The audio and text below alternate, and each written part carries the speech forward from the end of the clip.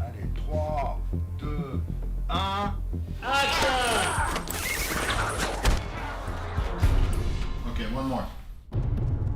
10 years ago, I thought about this idea about talking about intelligence, but I was not intelligent enough at the time, so it takes me 10 years to write just one draft. But I want to play with that. I met a couple of scientists and I was amazed by what they said. We're using basically 10% of our brain capacity. The rest, we don't have access to it. And I was fascinated by that. What happened if we have 100%? And what will be the logical step? Sir? Yes. And what will be the next stage? Well, the next stage would probably be control of other people. What would happen if we could use more of our brains? I'm gonna drive. No, this is not possible. This is a police car. Okay. It was very interesting to play with that. Did you always drive like that? I've never driven before. Great. Imagine what would happen if you could use 20%, I can feel every living thing. 30, 40, 50, 100. Imagine. And Luc Besson, bless his heart, imagines. You can unlock secrets that go beyond our universe.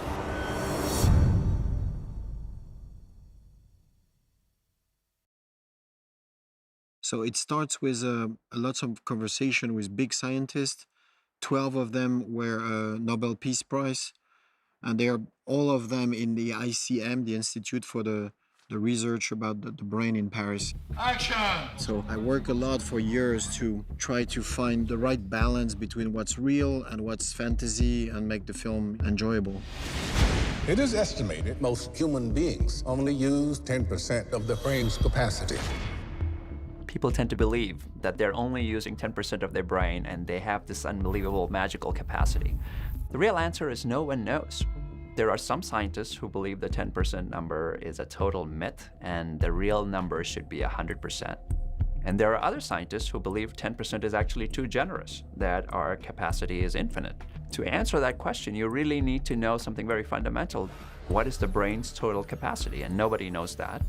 But the simple fact that you can take a 60-year-old person and with some basic training, improve that person's cognition 15, 20, 30%, suggests that we're not using anywhere close to the maximum possible capability. The idea of increased brain power may be the answer to that. Big may be. If you were to compare it to a car, it would probably be like driving a car at 60 miles an hour. We're not accessing the 120 miles per hour that the car, in theory, is capable of. The brain is an organ which receives perceptions, the touch, vision, which transforms this perception into action. That's all the brain is doing. It can be very complex. There is something in the brain called critical periods, when the brain is most receptive to learning and has the maximum potential to acquire new skills and new tasks. When we're a baby in the first 3-4 years of our life, we are born with a lot more nerve cells than we need. That's because we are born with virtually unlimited capacity. And then there is a second critical period in the teenage years where the brain again opens up and gives you a second chance to learn a lot of amazing new skills. But then once the brain has mastered that task, it almost becomes so efficient, it becomes automatic processing. And that's how the brain has this almost infinite capacity to keep on increasing itself, because if it constantly needed to rely on different parts of the brain working over time, then there would be a physical limit. Now, what we really need to see is, can the brain do 20 things at the same time while going at 120 miles per hour for all of those same functions? That would be the holy grail. Can you sort of play chess while you're studying for your medical school exams, while you're playing a video game, while you're talking to your mother on the phone? Can you do all of those things at full capacity? And I think that is the next step for neuroscience to figure out. Since when did you start writing Chinese? Since an hour ago. It's, as is, total fantasy. So you can't disagree with someone's fantasy. And let's just suppose for a few minutes that we possibly could use some drug to actually enhance the mind's ability. We already have drugs that can enhance our cognitive capabilities. For example, drugs used to treat attention deficit disorder like Ritalin, Adderall, all of them are known to improve attention. We have a second category of drugs that can improve memory by 10 or 15%, and those are used currently to treat people with Alzheimer's disease. Are there drugs that can be combined with either a specific brain training exercise or with a device that would then make 2 + 2 = 5? That's a great question because we're headed in that direction. There's a group of researchers in England that have discovered that something as little as between 18 to 100 genes may have been responsible for the dramatic shift that occurred in the way human brains evolved over the last 3 to 7 million years. So if we could identify those 18 to 100 genes in terms of their function more fully and somehow do genetic procedures where we can enhance the function of those genes, you might well be able to create a superhuman in terms of cognitive powers. A few years ago, we thought that if we knew the entire composition of the DNA, we would know everything about us. In fact, this is not true. The DNA is producing something which is called RNA, but not only one per site in the DNA, but thousands, so that at the end, the number of compounds which are produced by the DNA is huge. It's unbelievable. So that just knowing, in brief, the composition of the DNA doesn't help so much, except to identify mutations responsible for some diseases, for instance. The fact that we have, hundreds of billions of cells who communicate 1,000 signals per second per cell, the web is nothing compared to that. So I was fascinated by that.